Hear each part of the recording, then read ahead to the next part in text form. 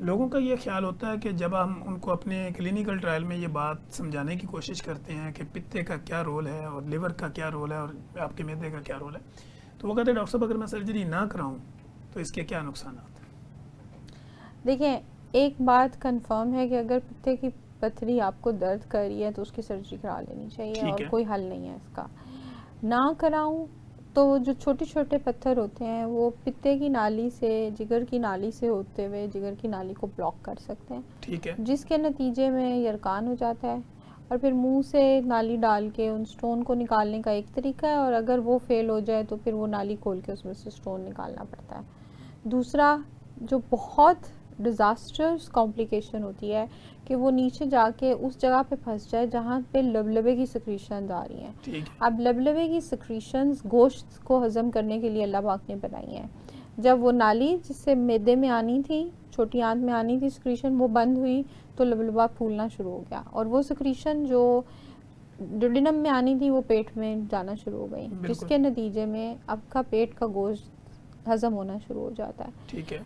और ये इंतहाई, अगर ये सवेयर हो तो इसकी मोर्टेलिटी बहुत हाई है। ठीक है। सो ये कॉम्प्लिकेशन इतनी डिज़ास्ट्रस हैं कि बहुत कॉमन नहीं है अगरचा, मगर इतनी डिज़ास्ट्रस हैं कि जिन लोगों को होती हैं फिर उनको ट्रीटमेंट और लंबे उससे बहुत आसान है कि आप इलेक्टिव लिस्ट पे एक अपने पित्ते का रिमूवल करा लें, जिसका कोई इफ़ेक्ट नहीं है बाद में आपकी सेहत पे। ठीक होगी। अच्छा डॉक्टर साहब, कुछ लोगों का हमने देखा है कि उनके फेफड़ों में पानी जमा हो जाता है, कुछ लोगों का हमने देखा है कि हेपेटाइटिस की वजह से उनके जिगर और पेट के इर्द गिर्द पानी जमा हो जाता है। अगर ये इस तरह का कोई पानी उनके पेट में जमा हो जाए तो वो निकालने के साथ उनको सर्जरी की भी ज़रूरत पड़ सकती है? जी, अगर पोर्टल हाइपरटेंशन है तो कुछ शंटिंग प्रोसीजर्स होते थे, मगर अब मेडिकल इतनी ज़्यादा एडवांस हो गई है कि जो पेशेंट्स ऐसे होते हैं जिनमें पेट में पानी है और जिगर इतना फेल हो चुका है, वो हम उनकी सिम्टम्स रिलीव करने के लिए पेट से पानी तो निकालते हैं, मगर डिपेंड करता है, अगर वो जिगर फेल होने से पानी इकट्ठा हुआ है तो फिर उसकी कोई सर्जरी नहीं है, सिर्फ उसके सिम्टम्स रिलीव करने के लिए हम पानी निकाल सकते हैं। ठीक हो गया।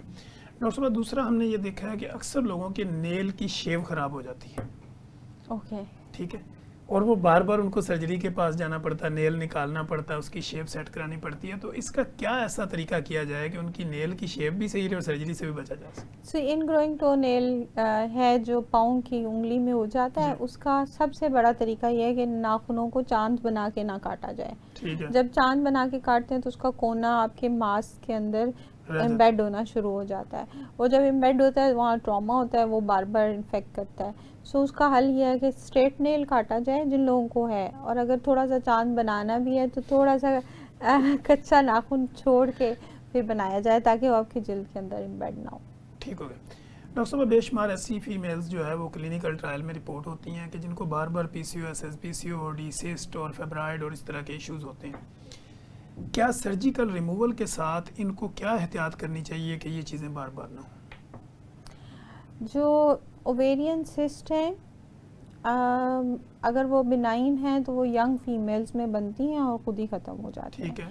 लेकिन जब वो सिम्टम्स करती हैं और वक्त के साथ बड़ी हो जाती हैं या प्रेशर इफ़ेक्ट होते हैं तो उनकी सर्जरी होती है। मेरा ये ख्याल है कि अगर अर्ली मैरिजेस हों और मल्टीपल प्रेगनेंसीज हों तो हार्मोन आपके बैलेंस में रहते हैं, जिसकी वजह से ये पैथोलॉजीज कम होती हैं। मगर बहुत सारे पेशेंट्स में ये इडियोपैथिक हैं, सो कोई ऐसा हार्ड एंड फास्ट रूल नहीं है कि हम ये करेंगे तो शायद ये नहीं बनेंगी, मगर प्रेगनेंसीज मल्टीपल इससे आप प्रिवेंट कर सकते हैं। ठीक हो गया। डॉक्टर साहब, सम टाइम यूट्रस रिमूव करनी पड़ जाती है, हिस्टेक्टमी करानी पड़ जाती है पेशेंट की, तो क्या इसकी कॉम्प्लिकेशंस क्या होती हैं और निकालने का तरीका क्या होता है? हिस्टेक्टमी बड़े आसानी से लेप्रोस्कोपिक हो सकती है, कैमरे से निकल जाती है। अगर बहुत ओल्ड एज है और यूट्रस प्रोलैप्स हुआ हुआ है तो गायनी वाले पर वजाइनल हिस्टेक्टमी भी कर सकते हैं, जिसमें कोई भी इंसिजन नहीं आता। वो मेरी फील्ड नहीं है, मगर लेप्रोस्कोपिक हिस्टेक्टमी गायनोकोलॉजिस्ट भी करते हैं और सर्जन भी करते हैं, अगरचा ये सब फील्ड ऑफ गायनोकोलॉजिस्ट। अगेन एक तरीका यह है कि हम कैमरे से निकाल दें, जिसमें 3 से 4 छोटे छोटे कट आते हैं, और दूसरा तरीका यह है कि हम चीरा दे के उससे निकाल दें।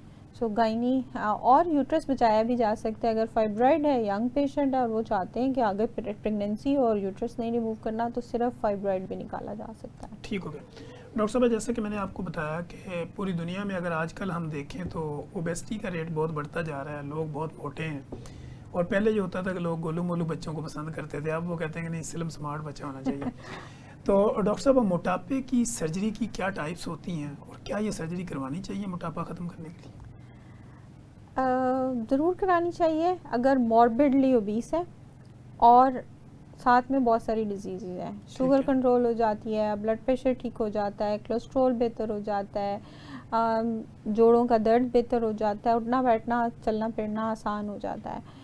मोटापे की क्या क्या सर्जरीज होती हैं? सो एक तो हम स्टमक छोटा कर देते हैं, जिसको हम स्लीव गैस्ट्रेक्टमी कहते हैं, जिसके नतीजे में पेशेंट का खाना पीना कम हो जाता है और वो वेट लूज़ करना शुरू कर देता है। मगर स्टमक एक गुब्बारे की तरह ही है, अगर आप अपनी dietary changes for long term नहीं मेंटेन रखेंगे तो दोबारा स्टमक गुब्बारे की तरह फैल जाएगा और आप खाना शुरू कर देंगे।